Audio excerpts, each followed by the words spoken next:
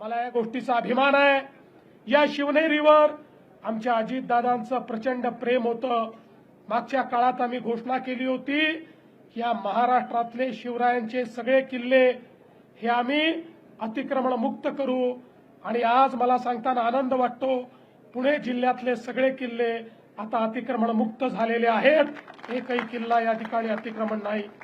मी आज या निमित्ताने मराठा सेवा संघाला आश्वस्त करू इच्छितो, आपण जे निवेदन दिलेलं आहे त्याच्यावर आम्ही नीट काम करू आणि 2030 साली महाराजांची 400वी जन्मशताब्दी, चौथी जन्मशताब्दी ज्यावेळेस आपण साजरी करू त्यावेळी निश्चितपणे अतिशय भव्य, जगभराचे डोळे दिपतील अशा प्रकारची शताब्दी ही आपण साजरी करू हा विश्वास देतो। शरददादांनी देखील या ठिकाणी जे मुद्दे मांडले आहेत त्या मुद्द्यांवर राज्य सरकार काम करेल हा विश्वास व्यक्त करतो आणि पुन्हा एकदा आपल्या सर्वांना शिवजयंतीच्या शुभेच्छा देत माझं बोलणं संपवतो। जय भवानी, जय शिवाजी।